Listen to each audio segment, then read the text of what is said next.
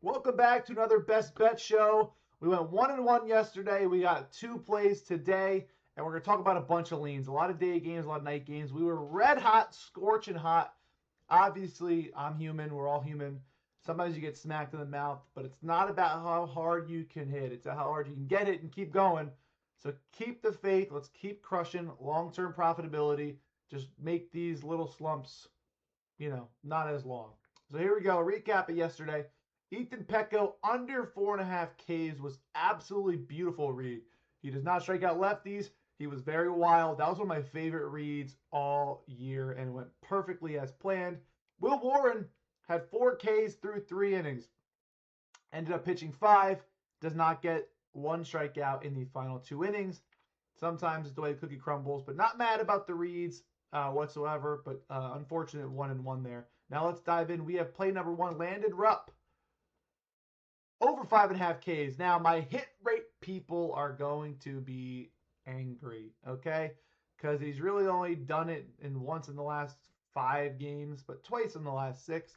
And you know what? He's been very wild. These walks, let's talk about the good and the bad. The good news is he's getting very soft contact. We love soft contact guys, pause.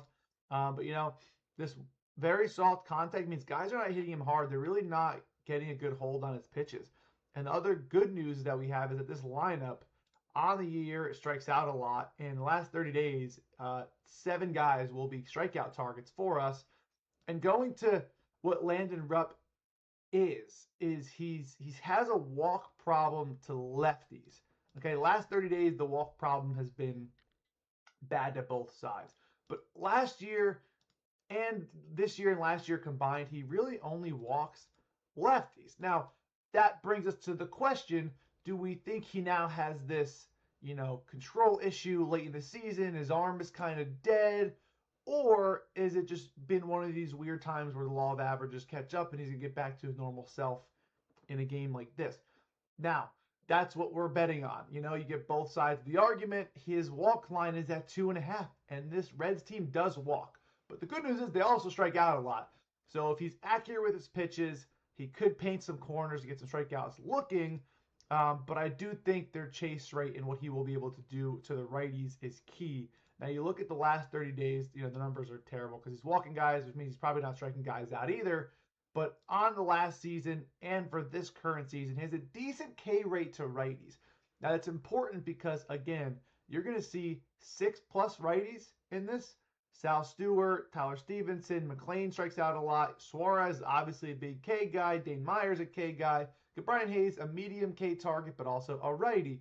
And even going to their lineup here, projected on RotoWire, you're going to see 1, 2, 3, 4, 5, 6 righties. Anytime there's a lineup of 6+ righties, I'll take Landon on the K department. This Guardians team, only 2 Ks, but you look at this lineup, and they probably have the same lineup versus another righty, lefty, lefty, lefty, lefty, lefty, lefty, lefty, lefty. You see why he might have only had 2 strikeouts there, because they stacked lefties. So, my hit rate people are going to say, oh, Landon Rupp at 5.5 Ks. He's not done this in, 4 or 5 games or whatever, and they're going to probably blindly bet this. And this is why I'm making a video soon about why hit rates are, they're not dumb, but they should be complementary to your research, not really the main argument. The books who spend millions and millions and millions of dollars setting these lines obviously set this at 5.5 for a reason. Another reason why I like this bet is because the Giants are crushed in the bullpen department. Now, they don't play tomorrow, which does help, but they're going to want him to go stretch out to 6 innings. His outs line is 17.5. You're going to see a lot of guys play his under outs, which honestly isn't a bad bet. I think the line is juiced up because they know the bullpen situation, but he does have a big walk problem, and they do walk. So you probably could go under outs, but he could crush you on the under outs with an extended pitch count. But I'm going to go stick with the Ks. I think he strikes out a lot of guys. He could get the Ks in 5 innings too. I'm just a great target, great matchup for me. So I love Landon Rupp. I know I talked about that play a little too long, but we're going to go into play number 2 now, which is Dustin May under 5.5 Ks, super juiced.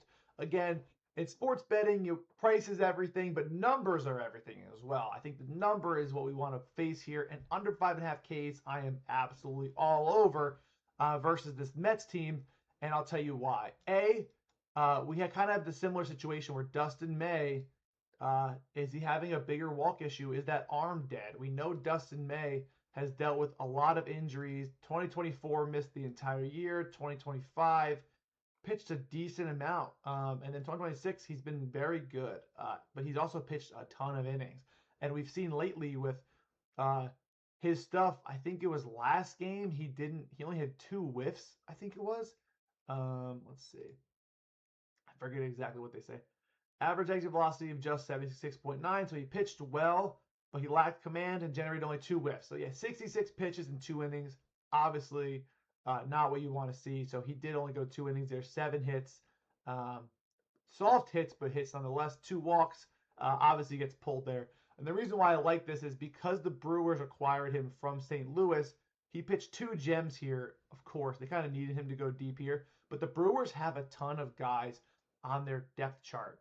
They have a lot of starters. They have the Gasser, the Hendersons, the Mays, the Mizrowskis. They have a lot of guys, kind of a 6-man rotation. They're kind of trying to figure that out. And I don't think they need to push Dustin May here. Obviously, he's gone, some struggling command issues all about the month of July. And they pitched 2 gems, then it was back to reality. Now, the reason why I like this as well is that the Brewers' bullpen is fairly fresh. And I want to double check that they don't play tomorrow. Where it's one of those games where they have to win. Or they do play tomorrow, but it's Mizrowski. So they could unload the pen now. And they have a long reliever here in Aaron Ashby. He only went 11 innings there. A lot of guys I think who are available. DL Hall can also come out as a lefty, where I think he's only going to go max 5 innings. And I think this Mets team can hold off long enough.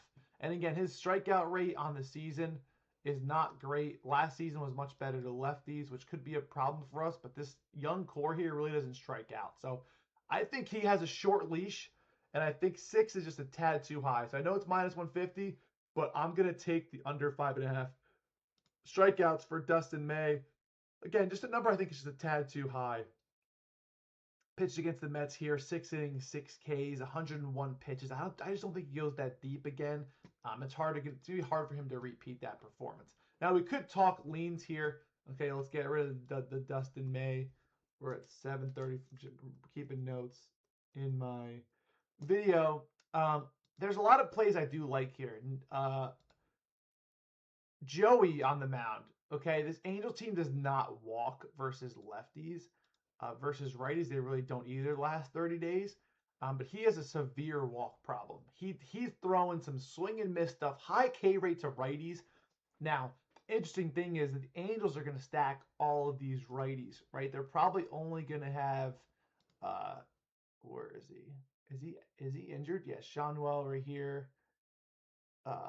Ballesteros is a lefty. It depends who they start. They're going to probably put 2 lefties. I think Wade Meckler, if he's not going to play. All these lefties are not going to play. Sorry.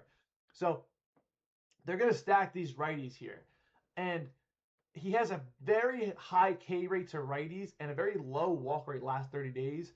And last season as well, he didn't really walk a lot of righties. It looked like he was trying to strike out lefties too much and had a big walk problem to those lefties. So if he gets a lot of righties, the Guardians only had Gavin Williams go 1 inning yesterday. It was like 1.1 innings yesterday. This bullpen is absolutely fried.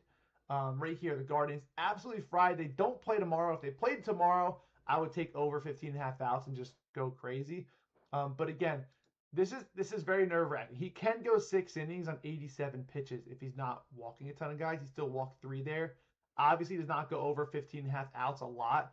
But you think situationally, I think he can go over 15.5 outs. You get great plus money. I'm not sure if I like it enough considering they have the day off tomorrow to play it. But I think it might be worth a stab at the plus 130 price that you're seeing to go over 15.5 outs. Again, he does chase strikeouts. He does walk a lot of guys. It is what it is, but I think it might be worth the stab with the price. I do like Grayson Rodriguez under strikeouts here. I do like Luzardo to absolutely carve this Mariners team. I hate this Mariners. I love betting this Mariners team to strike out and suck versus lefties, and Luzardo's been as good as they come. So I think Luzardo absolutely carves here. Sonny Gray, I think, just does work to the Marlins. And there's a bunch of interesting games of late. I'm not really in love with the slate in terms of a prop perspective from pitchers. So it might be a light day for me. Um, and also just kind of trying to see the board. It's the last Wednesday game before another series most of the time, so that's why a lot of these guys aren't playing tomorrow. So sometimes they'll give some guys a day off. If a team wins, Monday and Tuesday, they have a day game Wednesday. They'll give a guy who's played 15 straight days a day off today. So you could get some different lineups. So I like to wait for lineups to come out as well, but obviously that's bad for these YouTube videos. But again, make sure you hit like, make sure you subscribe. We have some fantasy football stuff out and also football features out soon.